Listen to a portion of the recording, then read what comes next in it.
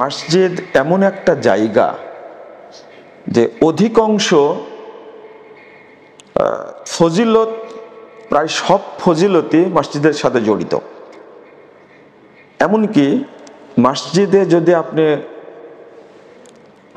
আপনি মসজিদে ঢুকছেন, সেই সময় যে দোয়াটা আমরা পড়ি সেটা হলো আল্লাহুম্মা ফতাহলি আবওয়াবা রহমাতিক, হে আল্লাহ আমার জন্য রহমতের সমস্ত দরজা খুলে দাও। মানে আল্লাহর যত রহমতের দরজা আছে সবই যেন মসজিদের সাথে কানেক্টেড, এটা খেয়াল করবেন। অর্থাৎ মসজিদে যে ব্যক্তি যাতায়াত করে না তার জন্য রহমতের দরজা খোলা হয় না। হাদিসের অবস্থাটা এইরকম যেন। আর একটা হাদিস আসছে এবং কোরআনের আয়াত আসছে, যারা মসজিদে জামাতে সালাত আদায় করে না তাদেরকে মুনাফিক বলা হয়েছে। তো কেন? মসজিদে গেলে মানুষ রহমতের সাথে তারা সম্পৃক্ত হবে, আর মসজিদে না গেলে তার জন্য রহমতের দরজাই খোলা হবে না।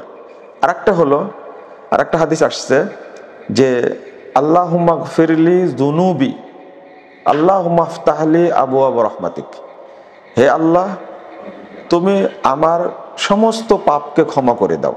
দেখেন, মসজিদের সাথে যুক্ত থাকলে আপনার আমুলনামায় কোনো পাপই যুক্ত হবে না। আগেই বলে দিই যে এইগুলো বলার উদ্দেশ্য হলো যে এই মসজিদ তৈরি করতে যে ভূমিকা, যে সহযোগিতা, যে অবদান রাখা, যারাই সালাত আদায় করতে যাবে তাদের যত নেকি হবে সমপরিমাণ নেকি আপনাদের আমলনামায় লিপিবদ্ধ হবে ইনশাআল্লাহ। এটাই হলো সাদাকা, বড় সাদাকা। আর একটা হলো রাসূলুল্লাহ সাল্লাল্লাহু আলাইহি সাল্লাম বলছেন যে আল মসজিদ বাইতু কুল্লি তাকিয়িন, মসজিদ হলো যারা মুত্তাকি তাকওয়াশীল ব্যক্তি তাদের আসল ঘর, মূল ঘর হলো মসজিদ। আপনি হয়তো উত্তরায় জায়গা কিনেছেন, পাঁচতলা বাড়ি করেছেন, শরীয়তের চোখে এটা কিন্তু আপনার বাড়ি না। মুত্তাকি মানুষের মূল বাড়ি, মূল জায়গাটা হলো রাসূল সাল্লাল্লাহু আলাইহি ওয়াসাল্লাম মসজিদ বলছেন। মসজিদ অর্থাৎ মসজিদে যে ব্যক্তি যাতায়াত করে, মসজিদের সাথে সম্পৃক্ত, তাকেই রাসূল সাল্লাল্লাহু আলাইহি ওয়াসাল্লাম প্রকৃত মুত্তাকি বলছেন। তার একজন ব্যক্তি মুত্তাকি হওয়ার জন্য, তাকওয়াশীল হওয়ার জন্য, আল্লাহর কাছে প্রিয় হওয়ার জন্য একটা বড় নিদর্শন উল্লেখ করে গেছেন। যিনি মসজিদের সাথে কানেক্টেড থাকেন, জড়িত থাকেন, সম্পৃক্ত থাকেন, যাতায়াত করেন, ওই ব্যক্তিকে আমরা প্রকৃত তাকওয়াশীল বলতে পারি। আর একটা বিষয় হলো মুহাম্মদুর রাসূলুল্লাহ সাল্লাল্লাহু আলাইহি সাল্লাম বলছেন, 660 নম্বর হাদিস সহিহ বুখারীর মধ্যে এসেছে, মসজিদ যেখানেই থাক না কেন আল্লাহ 7 শ্রেণীর মানুষকে তার আরশের নিচে ছায়া দান করবেন কিয়ামতের মাঠে। তার মধ্যে আল্লাহ রাসূল সাল্লাল্লাহু আলাইহি সাল্লাম একজন ব্যক্তির কথা বলছেন, ওয়া রাজুলুন কলবুহু মুআল্লাকুন ফিল মাসাজিদ, ওই ব্যক্তিকে আল্লাহ আরশের নিচে জায়গা করে দিবেন যে ব্যক্তির অন্তরটা মসজিদের সাথে লটকানো থাকে। এর অর্থ হলো যে ব্যক্তি মসজিদে সালাত আদায় করলো এক ওয়াক্ত, এই সালাত শেষ হওয়ার সাথে সাথে আর এক ওয়াক্ত মসজিদে আসবে, এই জন্য সে অপেক্ষায় থাকে। এই জন্য রাসূল সাল্লাল্লাহু আলাইহি সাল্লাম বলছেন, ওই ব্যক্তিকে আল্লাহ আরশের ছায়ার নিচে তাকে ছায়া দান করবেন কিয়ামতের মাঠে, যখন কোনো ছায়া থাকবে না। আর একটা বিষয় এখানে লক্ষ্য করুন যে মসজিদটা কত গুরুত্বপূর্ণ, পাপ মাপের ক্ষেত্রে গুরুত্বপূর্ণ। 51 নম্বর হাদিস তিরমিজির মধ্যে এসেছে, রাসূল সাল্লাল্লাহু আলাইহি ওয়াসাল্লাম বলছেন, আলা আদুল্লুকুম মা ইয়ামহুল্লাহু বিহিন্নাল খতায়া, আমি কি তোমাদেরকে জানাই দেব না যে কোন জিনিস তোমাদের সমস্ত পাপকে ক্ষমা করে দেবে। দেখুন, 1 নম্বর হলো ইসবাগুল উযু আলাল মাকারি, যে ব্যক্তি মসজিদে যাওয়ার জন্য ওযু করে আল্লাহ তার সমস্ত পাপকে ক্ষমা করে দেন। 2 কাসরাতুল খুতা ইলাল মাসাজিদ, যে ব্যক্তি মসজিদে গুটি গুটি পায়ে যায়, আল্লাহ রাব্বুল আলামিন তার সমস্ত পাপকে ক্ষমা করে দেন। আরেকটা হলো ইন্তেজার সলা বাদা সলা, এক সালাতের পরে আরেক সালাতের জন্য অপেক্ষা যে ব্যক্তি করে, এই ব্যক্তির সমস্ত পাপ ক্ষমা হয়ে যায়। অর্থাৎ যে ব্যক্তি মসজিদের সাথে যুক্ত থাকে ওই ব্যক্তি তাকওয়াশীল। আর তাকওয়াশীল তাকে বলে যাকে কোনো পাপ স্পর্শ করতে পারে না। এবার আপনার মিলিয়ে নেন। শুধু তাই না, আরেকটা বিষয় খেয়াল করুন, 9438 নম্বর হাদিস তাবরানী আওসাতের মধ্যে এসেছে, মসজিদে গেলে আল্লাহ আপনার কবরের আযাবও মাফ করে দিবেন। কবরে কোনো ফেরেশতা আযাব দেওয়ার জন্য ঢুকতে পারবে না। রাসূল সাল্লাল্লাহু আলাইহি ওয়াসাল্লাম বলছেন, যে ব্যক্তি ইউতর রাজুলু ফি কবরি, যখন একজন ব্যক্তি মারা যায়, মারা গেলেই প্রত্যেক ব্যক্তির কবরে জাহান্নাম থেকে একটা ফেরেশতা আসে। প্রত্যেক ব্যক্তির জন্যই জাহান্নাম থেকে আযাব দেওয়ার জন্য ফেরেশতা পাঠানো হয়। রাসূল সাল্লাল্লাহু আলাইহি ওয়াসাল্লাম বলছেন, ইদা উতিয়া মিন কিবালি রাসিহি, যখন ওই ফেরেশতা মাথার কবরের মাথার দিক থেকে ঢুকতে চায়, দাফাতহু তিলাওয়াতুল কুরআন, তখন কোরআন তেলাওয়াত এটাকে এই আযাবের ফেরেশতাকে প্রতিরোধ করে, তাড়িয়ে দেয়, বাধা দেয়। ওয়া ইদা উতিয়া মিন কিবালি ইয়াদাইহি, যখন কবরের মাঝামাঝি ঢুকতে চায় আযাবের ফেরেশতা, জাহান্নামের ফেরেশতা, দাফাতহু সাদাকা, সাদাকা তখন তাকে বাধা দান করে।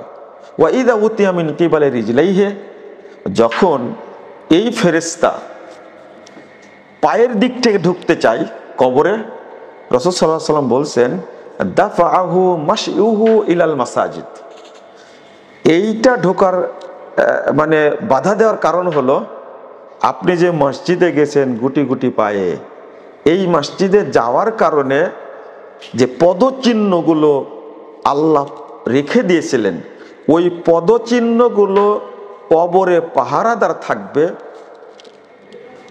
এই জাহান্নামের ফেরেশতাকে পদচিহ্নগুলো প্রতিরোধ করবে, ঢুকতে দিবে না। তাহলে মসজিদ যে কত গুরুত্বপূর্ণ, আমি এটা একটা খুতবায় বলেছি, হয়তো আপনারা সেটা কেউ শুনেছেন বা কেউ শুনবেন, যে মসজিদের সাথে কত কিছু সম্পৃক্ত। কেউ যদি মসজিদে যেতে থাকে, জুমার দিনে যদি কেউ যায়, তাহলে প্রত্যেক ধাপে রাসূল সাল্লাল্লাহু আলাইহি ওয়াসাল্লাম বলছেন যে 1 বছর নফল সিয়াম রাখলে যে ফজিলত পাবে, প্রত্যেক ধাপে সেই পরিমাণ নেকি তাকে দেওয়া হবে। আবার পুরো বছর তাহাজ্জুদ পড়লে যে নেকি হবে, মসজিদে যাওয়ার জন্য একটা ধাপ তুললে সেই পরিমাণ নেকি দান করা হবে। আমি বুঝাতে চাচ্ছি যে মসজিদ এত ফজিলতপূর্ণ কেন।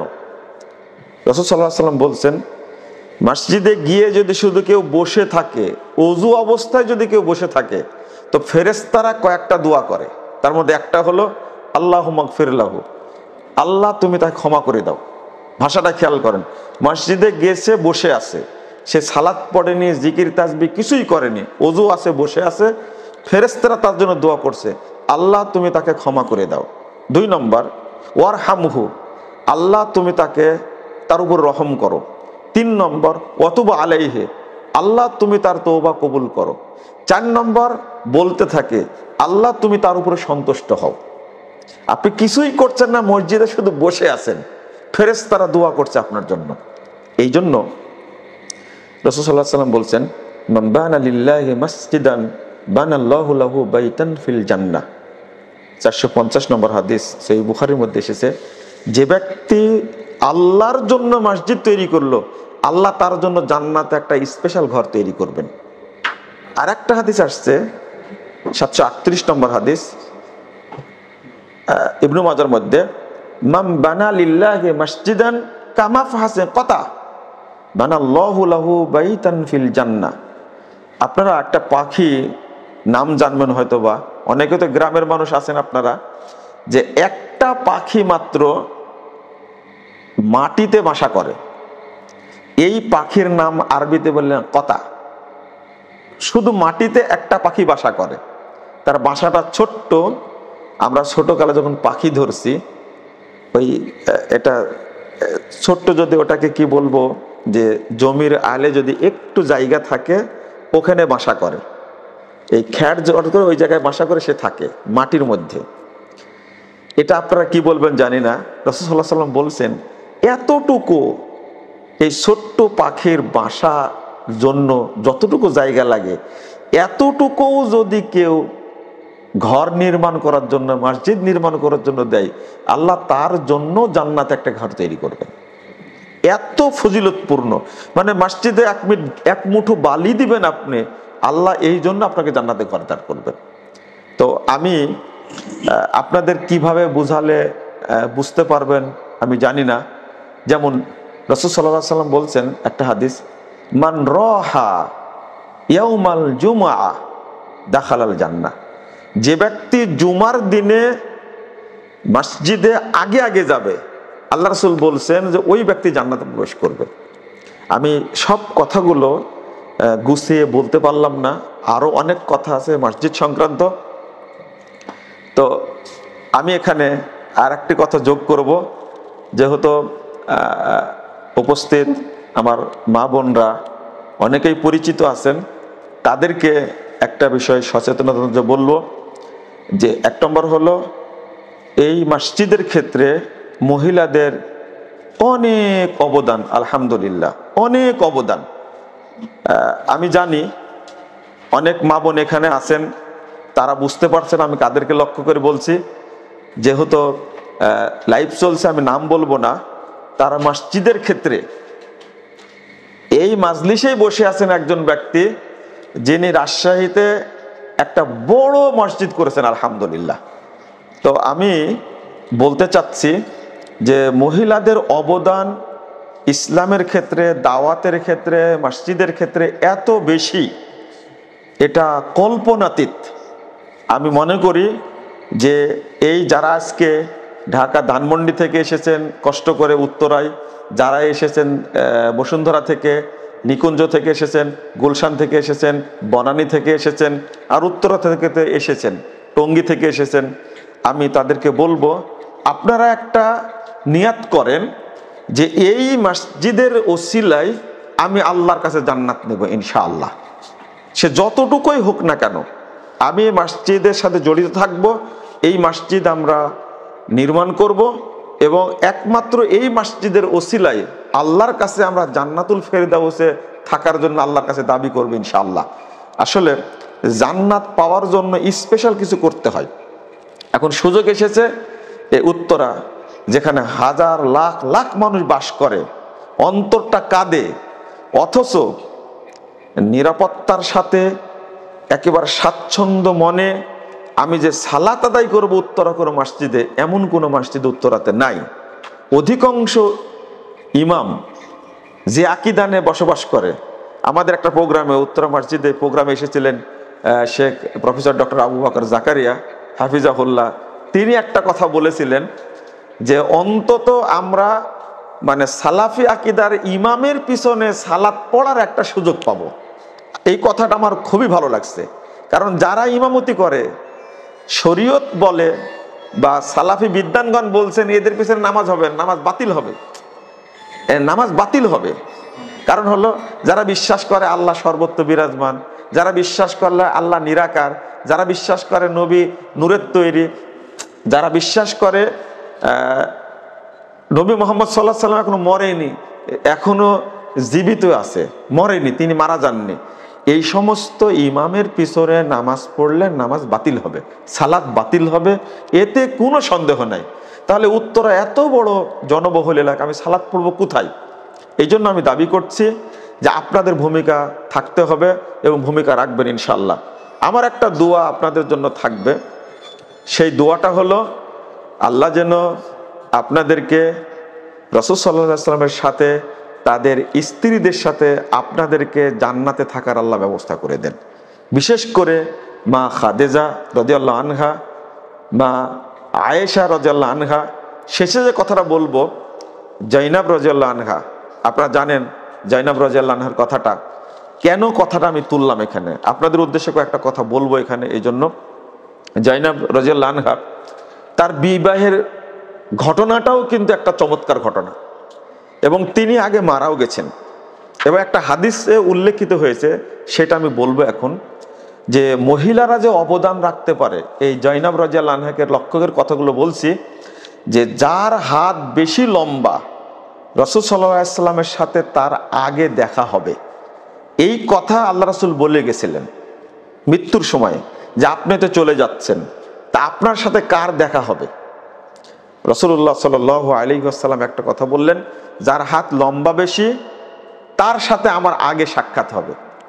তো তার স্ত্রীরা হাত মেপে দেখলেন যে একেবারে বৃদ্ধা আমাদের মা সাউদা রাদিয়াল্লাহু আনহা, তার হাত লম্বা, কিন্তু মারা যাওয়ার সময় মারা গেলেন আগে জয়নাব রাদিয়াল্লাহু আনহা।